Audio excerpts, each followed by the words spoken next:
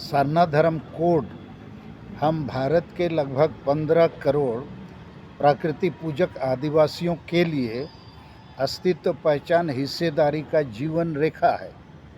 लेकिन हमारा दुर्भाग्य है कि आज़ाद भारत में हम लोगों को अभी तक धार्मिक आज़ादी नहीं दी गई है। भारत देश आज़ाद हुए 75 वर्ष हो गए। 1951 की जनगणना तक हमारा अलग धार्मिक कॉलम कोड था, जिसको कांग्रेस पार्टी की सरकार ने हटा दिया। अब बीजेपी और संघ वाले लोग जबरन हमको हिंदू बनाना चाहते हैं। एक प्रकार से कोई भी हम लोगों को सरना धर्म कोड धार्मिक मान्यता नहीं देना चाहते हैं, जबकि यह संविधान में मौलिक अधिकार का मामला है। अनुच्छेद 25 के तहत 2011 की जनगणना में एनी अदर कॉलम में लगभग 50 लाख आदिवासी जो अपने को हिंदू, मुसलमान, ईसाई नहीं मानते हैं, सरना धर्म लिखाया, जबकि 44 लाख केवल जैन धर्म वालों ने लिखाया। तो जैन से भी हम ज़्यादा हैं। जैन धर्म को मान्यता दी गई है, तो हम सरना धर्म को क्यों नहीं दी जाएगी? दूसरी बात, जब हमको ये धर्म की मान्यता नहीं दी जा रही है, तो हमारे लोगों को जबरन हिंदू, मुसलमान, ईसाई बनाया जा रहा है। हाल में माननीय प्रधानमंत्री का उलीहतु दौरा और महामहिम राष्ट्रपति का बारीपदा दौरा भी हुआ, लेकिन ये भी बेकार साबित हुआ सरना धर्म कोड मामले पर घोषणा को लेकर।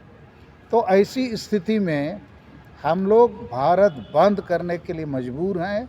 30 दिसंबर 2023 को भारत बंद होगा, रेल रोड चक्का जाम होगा, क्योंकि ये हमारे साथ, आदिवासियों के साथ एक संवैधानिक अपराध जैसा मामला है। ये जो बड़ी पार्टियां हैं, बड़ी सरकारें हैं, ये संविधान का गला घोंट रहे हैं। तो इसलिए हम लोग भारत बंद करना है 30 दिसंबर 2023 को। दूसरी बात कि हम आदिवासियों के लिए पहाड़ पर्वत ही ईश्वर हैं, उसी की हम पूजा करते हैं। हम लोग मूर्ति पूजक नहीं हैं, हम वर्ण व्यवस्था के लोग नहीं हैं। तो हमारे जो पहाड़ पर्वत हैं, एक तो मारंगबुरु जो पारसनाथ पहाड़ है, गिरिडीह, ये हमारा ईश्वर है। इसको झारखंड के मुख्यमंत्री ने 5 जनवरी 2023 को भारत सरकार को लिख के दे दिया, ये जैन वालों का है। तो आपने हमारे ईश्वर को भी बेच दिया, धार्मिक आस्था पर भी लात मार दिया। तो उसके खिलाफ हम लोग 10 दिसंबर को मारंगबुरु बचाओ सेंगेल यात्रा का कार्यक्रम रखे हैं। देश भर के लोग वहाँ जुटेंगे। दूसरा कार्यक्रम हमारा दुमका में है 22 दिसंबर को, आशा भाषा विजय दिवस। और तीसरा हमारा भारत बंद का कार्यक्रम है। अंतिम बात हम ये कहना चाहते हैं, अभी हाल में 2-3 राज्यों में भाजपा को विजय मिली, कांग्रेस को एक आध राज्य में मिला, लेकिन हम आदिवासियों का दुर्भाग्य है कि कोई भी पार्टी चुनाव जीते, आदिवासी की हार निश्चित है। 75 वर्षों में बीजेपी, कांग्रेस दिल्ली में शासन कर रहे हैं, लेकिन अभी तक धार्मिक आज़ादी नहीं दिया, जो संविधान का मामला है। झारखंड राज्य बने 23 साल हो गया, यहाँ CNT SPT कानून लागू नहीं हो रहा है।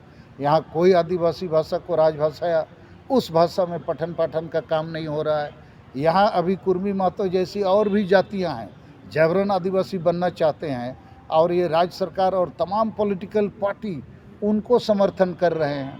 यहाँ हमारी धर्म की मान्यता का मामला एक प्रकार से ठगबाजी का मामला चल रहा है। उसी प्रकार यहाँ स्थानीय नीति अभी तक नहीं है, न्यायपूर्ण आरक्षण नीति नहीं है, नियोजन नीति नहीं है।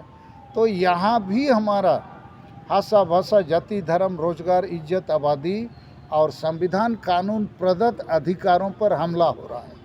तो बीजेपी को भी झारखंड में बहुत मौके मिले शासन करने का, JMM को भी मौका मिला, पिता पुत्र को, लेकिन किसी ने आदिवासी को आगे बढ़ाने का काम नहीं किया। झारखंड में एक लंबे समय से सरना धर्म कोड की मांग उठ रही है, और इस मांग के साथ मुख्यमंत्री हेमंत सोरेन ने PM नरेंद्र मोदी को ट्वीट कर इस पर अपनी बात भी रखी। राजभवन तक भी यह मुद्दा गया, लेकिन कहीं ना कहीं राजनीतिक कारणों से एक लंबे इंतजार के बाद भी झारखंड वासियों को, आदिवासियों को सरना धर्म कोड नहीं मिल पा रहा है। ऐसे में आदिवासी संकल्प अभियान अब इस मांग के साथ 2024 के चुनावी मुद्दे को जोड़ रहा है और 30 दिसंबर को झारखंड बंद नहीं बल्कि पूरे भारत बंद का आह्वान आदिवासी संकल्प अभियान के द्वारा किया गया है। सरना धर्म कोड की मांग के साथ भारत बंद का आह्वान यहाँ पर आदिवासी संकल्प अभियान की तरफ से किया गया और सीधे तौर पर कहा गया है आदिवासी संकल्प अभियान के द्वारा कि जो आदिवासियों की बात रखेगा, जो सरना धर्म कोड की मांग करेगा, जो सरना धर्म कोड पर बात करेगा, आदिवासी उसी का समर्थन 2024 के चुनाव में करेंगे।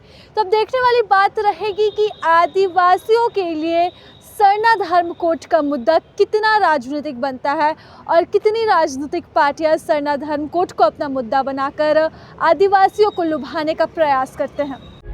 प्रभातखबर.com, विश्वास वही, रफ्तार नहीं।